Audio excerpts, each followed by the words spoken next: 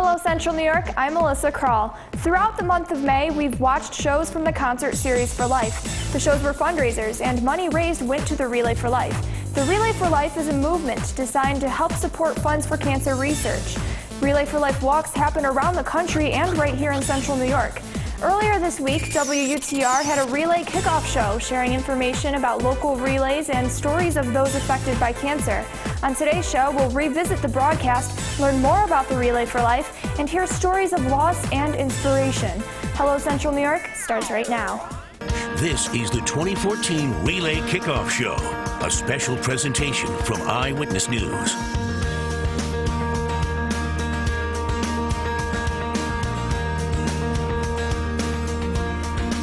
Well, that is a picture of the Herkimer Elementary School, and that is the site for Relay for Life this year. Hi there, everybody. I'm Joe Kelly, along with Stephanie Boucher, and we are at the site where it's going to be a lot more crowded than it is tonight, Stephanie, on June 7th and 8th. That's correct. We will have over 31 teams on site at Relay here in Herkimer. We have almost 400 participants signed up, so we're ready to go. Yeah, and it's not just here in Herkimer. We've got relays all over the area. Let me see if you can name them all off the top of your head. I got this one.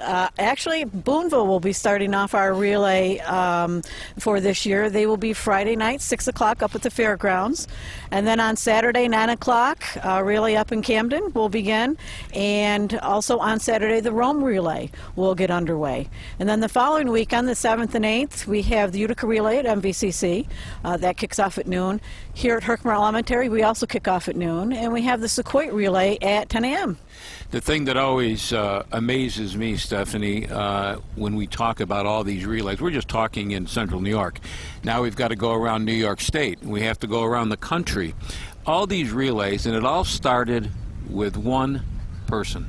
It did. Back in 1985, Dr. Gordy Klatt, who lived in Tacoma, Washington, he's a surgeon, and he saw his patients had a lot of needs and they weren't being met. So he decided he was going to take action, and he ran for 24 hours as an individual that day in Tacoma, Washington. And from there, they formed their first team, and Relay was underway in 1986. So we will celebrate our 30th anniversary next year. And the amount of money that has been raised over the years, this money goes to fight back. In fact, as long as I said fight back, that's the motto. Celebrate, remember, and fight back. Right. We celebrate our survivors. We remember those for whom the cure didn't come fast enough for, and we find ways to fight back against this dreaded disease. We're going to be with everybody for the next hour, and we're going to be talking about Relay, and we're going to be talking to some of the people who make Relay possible and so successful. And we're going to go back and forth to the studio up on Smith Hill, and Mary Wilson and our good friend Bob Olinskis is up there. Bob, Mary?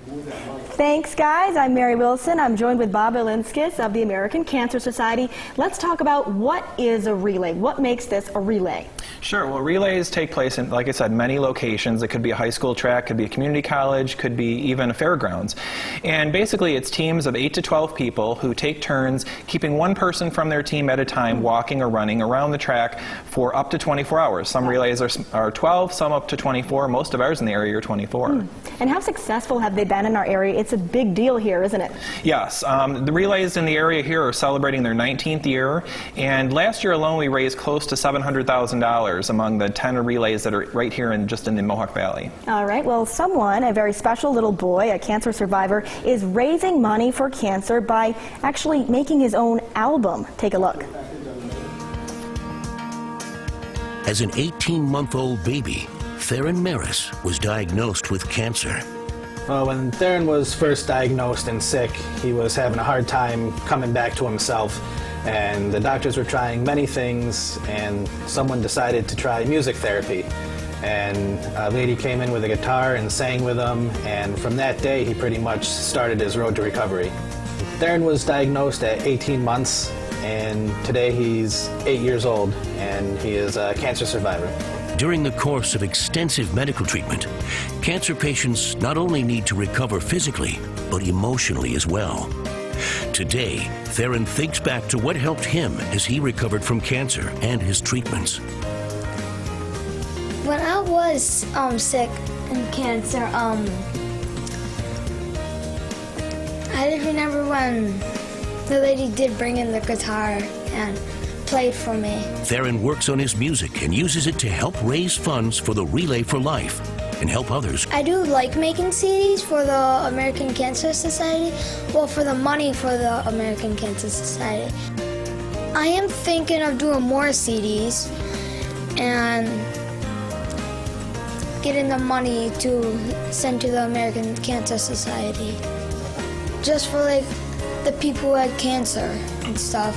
The songs, like Not Alone, all my songs that I made, I would say Not Alone was my first cancer song I ever made. So I would say Not Alone is my first cancer song that is going to get lots of money. Because my dad made 40 CDs with the songs and they were all gone in one day. All right, we're joined now by Theron and his father, Brian. I see you have something in your hand there, Theron. Is that your CD? It looks pretty professional. What made you decide to make music, and what's your favorite part about making music? Well, I would say my favorite part of making about music is just to make people feel good and feel really good. Perfect. And Brian, how have you kind of helped support this, and how have you helped him through his fight battling cancer, we know, as well?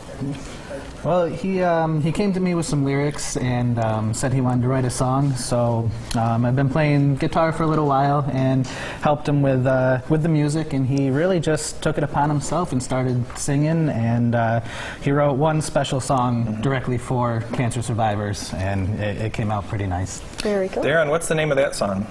It's called You're Not Alone. And you wrote that yourself? Well, I did have a little bit of help with my dad. Okay, excellent. Very good. All right, thank you guys so much for joining us. We're going to toss it back to Joe and Stephanie in Herkimer.